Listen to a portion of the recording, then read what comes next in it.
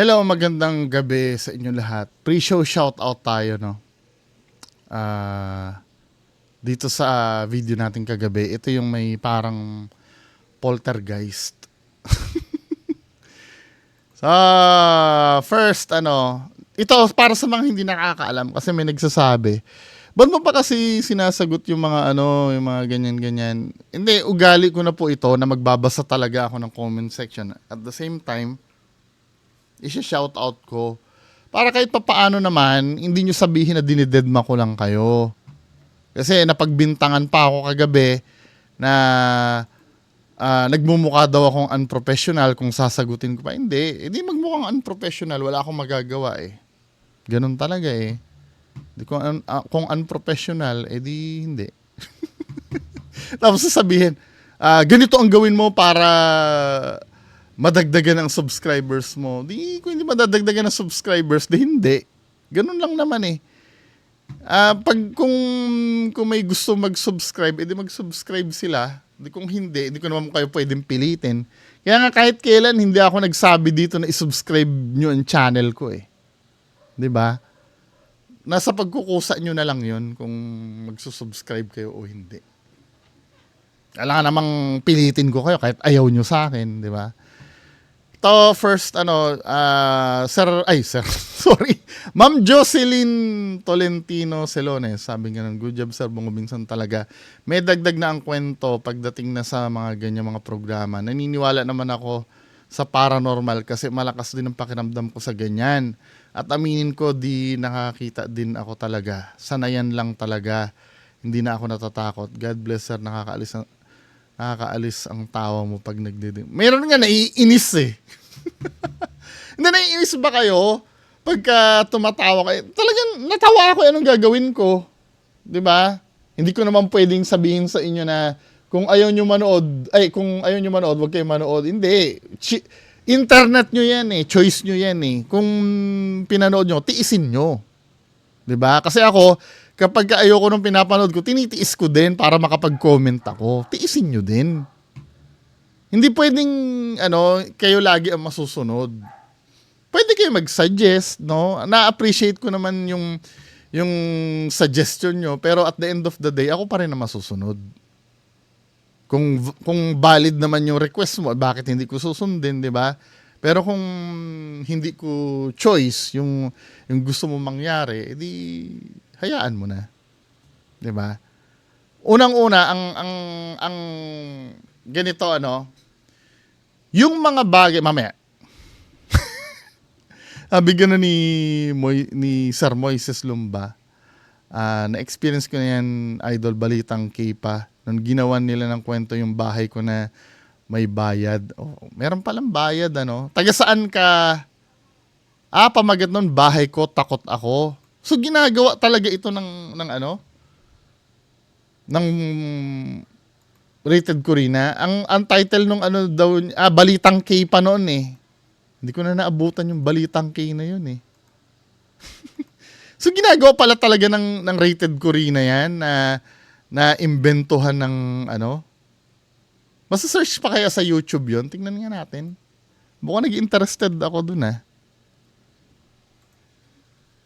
Sir, mag-comment ka uli ha, Sir Moises ha, pag nahanap ko yun, kung sakali mahanap ko yung video na yon na inimbento nila.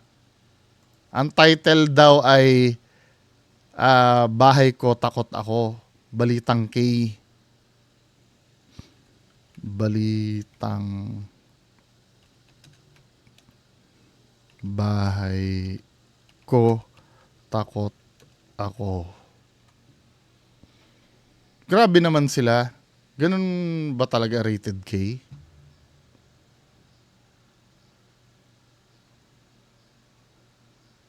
Wala, hindi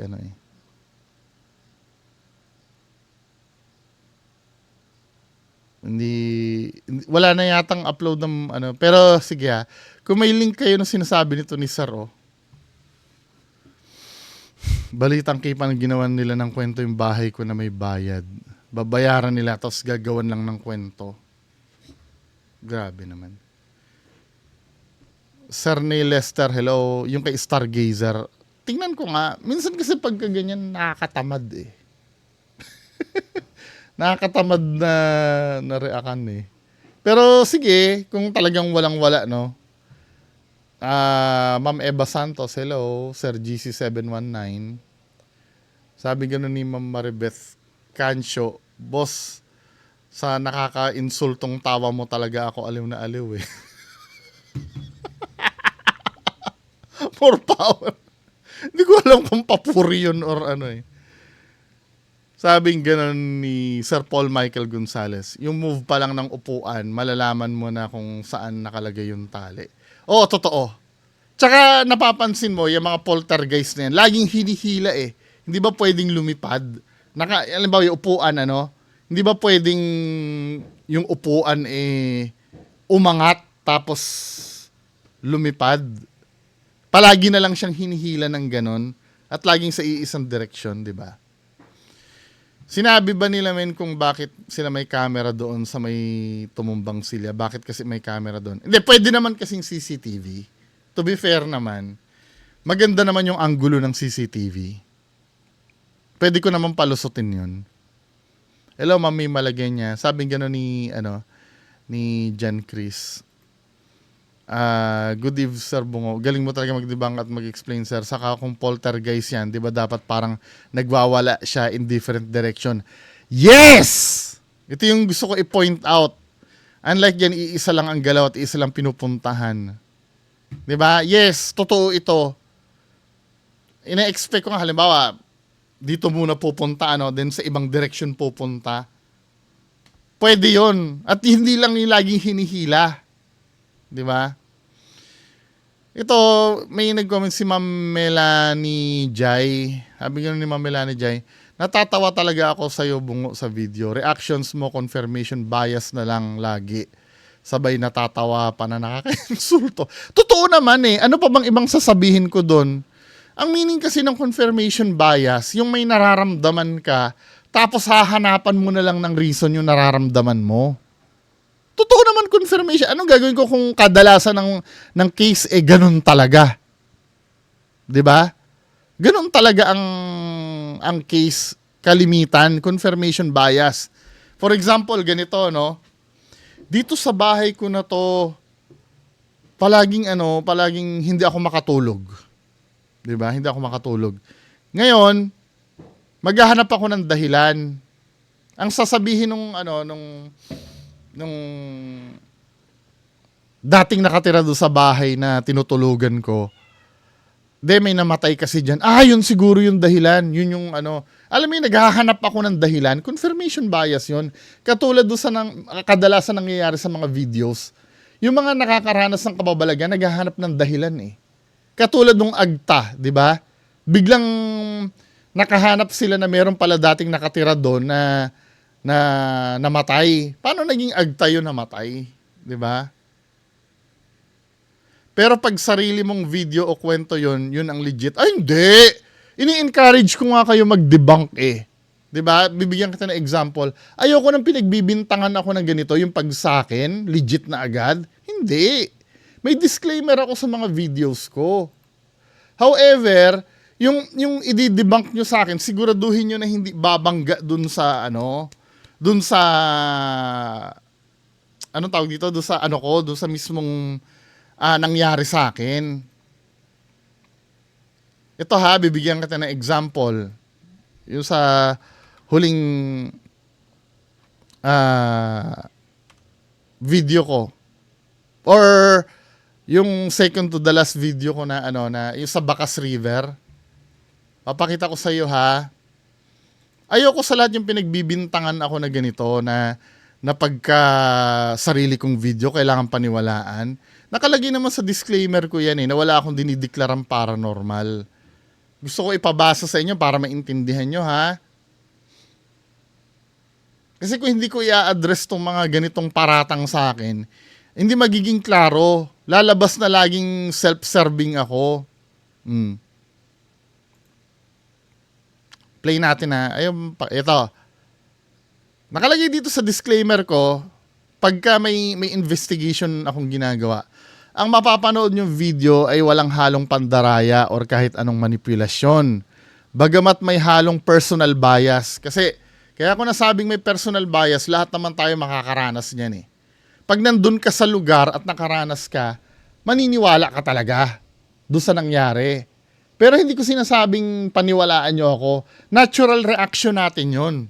Halimbawa, pumunta tayo sa lugar na nakakatakot, may narinig kang kaluskos. Natural lang na isipin mo na yun na yata yung multo. Yun ang tinatawag na personal bias kasi ikaw yung nakakaranas. Kaya nga, matagal ko na sinasabi dito, hindi applicable yung sinasabi. Pag may dinidibang ako, tapos sasabihin sa akin nung mga nanonood, ikaw kaya ang pumunta doon para maranasan mo. Pag akong pumunta doon, maniniwala talaga ako. Kasi naranasan ko eh. 'Di ba? Kasi ma-alter na yung ano ko, yung mental state ko noon. Lalo na pag takot na takot ako, maniniwala talaga ako doon. Pero ang gusto kong pinapaunawa ko sa inyo, nakalagay dito hinihikayat ang lahat na magbigay ng komento sa mga inyong napanood. 'Di ba? Hinihikayat ko pa rin kayong magbigay ng komento. At yung nakalagay dito sa susunod. Wala po akong dinideklarang paranormal sa video. 'Di ba? Kayo pa rin ang bahalang magdesisyon. Nasa sa inyo pa rin. Wala ako sinasabi na paniwalaan nyo lahat ng nangyayari dun sa video ko. Kahit ako, prone ako na magkamali. Walang special sa akin. 'Di ba? Walang special sa akin. Truth seeker tayo dito. Ang prioridad ko ay yung kung ano yung totoo. Now, kung maniniwala kayo, bahala kayo. Kung hindi kayo maniniwala, sa akin mas maganda yon. Kasi patunay lang na hindi kayo tanga. 'Di ba? Pag hindi kayo naniwala, sino nagsabi sa iyo na pag sarili kong kwento kailangan paniwalaan? Eh sinabi ko nga sa iyo dito na ako na mismo nagsasabi sa iyo, huwag ka maniwala sa akin. 'Di ba? Pag may napanood kang paranormal, paniwalaan mo na agad 'yon. Ako na nagsasabi sa inyo, sinasabi ko sa inyo, huwag kayong maniniwala sa akin. Pero sometimes hindi nyo talaga matatakasan ng katotohanan eh. Lalo na pagka napanood nyo sa KMJS or na debunk yung pinaniniwalaan nyo. Kahit na wag nyo akong paniwalaan, kahit naman wag nyo akong paniwalaan, ang lulukuhin nyo naman dyan yung sarili nyo eh. 'Di ba? Wala naman sa akin yung kung paniwalaan. Alam mo, sa 3 taon ko na na nagre-reaction video sa paranormal, 'di ba? Walang naniniwala sa akin na fan ng inaano ko, ng kinikriticize ko. Until such time na sila na mismo ang makapuna nun. At darating yung time, sasabihin ko sa inyo, sabi ko sa inyo matigas ang ulo nyo 'Di ba? Marami nang nangyaring ganyan. Kaya kung ako mismo nagsabi sa'yo, huwag kang maniwala sa akin. Kung may idol ka na naniniwala ka na paranormal yan, go! 'Di ba? Kalayaan mo yan paniwalaan mo kalayaan ko din magsabi ng gusto kong sabihin. 'Di ba? Yun ngang footprint nga sa mall, sinasabi ko bigyan niyo ako ng magandang debunk doon. Kasi umaasa din naman ako na kahit paano may explanation yon, yung footprint sa mall. Kaya kung talagang wala, habang buhay ako maghihintay na ma-explain nyo yon. Hindi, na-appreciate ko yung mga nagsasabi na hindi, kayo din na may dahilan nun kayo din na may gawa nun Kasi ganun din ako mag-isip. Pero talagang hindi. Sasabihin ko yung totoo. No? Kailangan ang debunk nyo pasok doon sa criteria na binigay ko. Now, kung igigiit nyo yun, di bahala kayo. 'Di ba? Sabi ni Sir Momong, di talaga convinced sa segment ng paranormal ng Rated Corina. Pero sa ibang segment nila ay ayos naman. Sa akin lang po, nakukulangan ako sa investigasyon nila. Parang sinasakyan lang nila yung confirmation bias na kwento ng mga ini-interview nila. Totoo to. Parang lang kinukonfirm lang nila yung sinasabi, yung kinikwento. hindi sila i-investigate katulad ng KMJS na tinutuklas talaga yung totoo. Hello, Ma'am Perry Haba. Sir Mart San. Love Black Angel, hello. Paranormal Vlogger, hello. Shanto Moy. Sabi gano'n ni Tingkoy, Boss Bungo TV, dati skeptical talaga ako sa kamultuhan sa mundo. Sabi ko sa sarili ko, imbento lang yan. Pero putya boss, nakakita na talaga ako sa personal.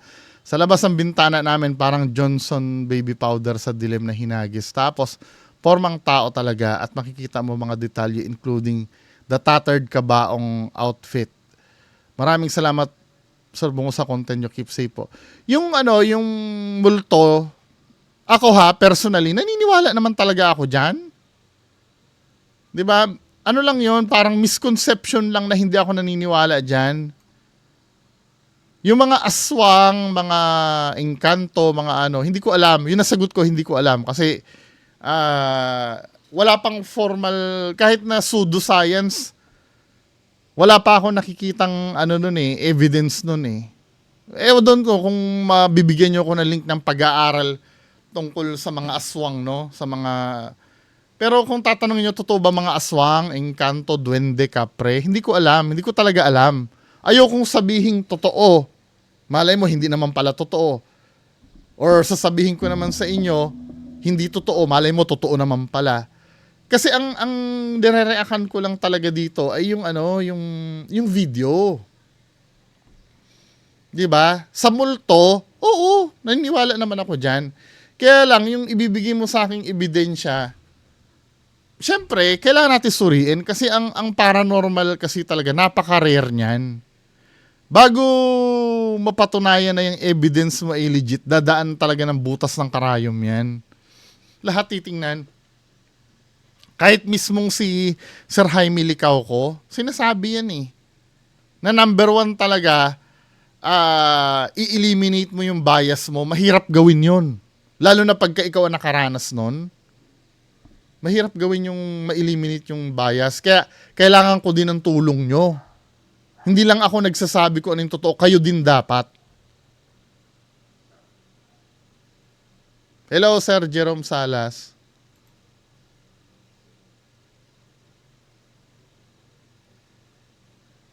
May cut to cut yung dugo. Check ko nga. Hello, Ma'am Emmy. Sir Jonathan Eugenio.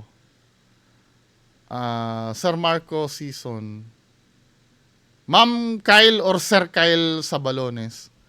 May agta kami dati sa Bohol, lumayas na nung dumadami ng mga bahay.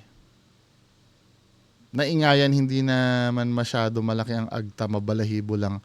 Nakabarong pa nga ang agta, 800 years na siyang tinanong ng tiyahin ko, nag-usap daw sila. Falling angel, inaantay lang daw nila. Ang final judgment, pumapasok din daw sa simbahan pag araw, umuwi sila pag gabi. Ayos ah. Sabi ni Sir Jerome Salas, agta o kapre, natakot na sila. Pinapagalaw lang ang mga gamit. Si Ninja Turtle 88, hinaharang pa mismo. Tapos ito sabi, sipag mo ilang video. Ito yung nakasagutan ko kagabi. Sipag mo ilang mga videos sa ilang araw upload mo. Ito katulad ngayon, as of now, 6:00 ng umaga. Diba, gigising ako ng umaga, magbe-breakfast ako. 3 video, average 30 minutes each. So, 1.5 oras akong daldal ng daldal dito. Hindi naman mahirap ang ginagawa ko eh. 'Di ba? Hindi pagiging masipag 'to. Parang normal lang ito na naghahanap lang ako ng pwede kong basahin sa FB. Kayo ginagawa nyo din naman yan eh. Ang kaibahan lang natin, video ko yung ginagawa ko. Kaya walang mahirap doon. Nakasanayan ko na rin pati. Tapos, may mga suggestions ka dito, no, na ganito, ginagawa mo, edi kung gumawa ka na lang YouTube account, ganito, ganyo, kasi para kang bata. Yan, dapat may professionalism ka, okay lang pagtawan mo, pero wag mo na lang patulan mga nambabash sa'yo. Wala eh, style ko na yun eh. 'Di ba? I'm appreciative naman ako sa mga suggestions nyo. Kaya lang, 'di ba? Hayaan nyo kung dumiskarte na sa akin. Tapos sasabihin nyo naman, ba't yung iba ayaw mong hayaan na dumiskarte? Ganito kasi yan. Yung ginagawa ko sa channel ko, no? Yung ginagawa ko sa channel ko, hayaan nyo na sa akin yon. Kung ano yung diskarte ko dito sa channel, kung paano ko sagutin yung mga tao, or ano. As an audience, ang pakikialaman nyo lang sa akin, yung accuracy ng sinasabi ko. Kung mali ba yung sinasabi ko. Hindi naman ako perfecto eh. Malay mo, magkamali ako sa sinasabi ko. Oy, bungo, mukhang mali yung nasabi mo. Ang tama dyan, ganito, ganyan, ganyan. Yun! Pero yun, kung ano yung susuotin ko dito sa channel, kung ano yung i-upload ko sa channel ko, parang beyond na yun ng karapatan nyo bilang audience. 'Di ba? Yung pagpatol sa basher kasi, sa akin na yun eh. 'Di ba kung paano ko i-handle yun? Kung hindi professional ang dating sa inyo, wala naman ako magagawa doon. 'Di ba? Ang titingnan nyo lang kung valid ba yung sinabi ko. Halimbawa, pumatol ako sa basher, ano? Valid ba yung sinasabi ko? Kung hindi, sabihin nyo, hindi valid yung sinabi mo kasi ganyan, ganyan, ganyan. 'Di ba? Pero yung yung mga kung paano, parang ganito yan sa restaurant kasi. Wala ka nang pakialam doon kung ano yung gusto nilang ilagay sa menu nila. Kasi restaurant nila yun eh. Wala ka nang paki doon. Kung ang gusto nilang i-serve doon ay adobo, menudo, or ang kukomentan mo na lang doon bilang ikaw ang customer doon, kukomenta mo na doon, mukhang maalat yung yung adobo mo. Sana mas maganda kung medyo tabangan mo ng konti kasi magkakasakit kami sa bato. Yung mga ganun. Pero yung kung ano yung dapat ang suot ng waiter mo ay kulay pink, wala ka nang pakialam doon.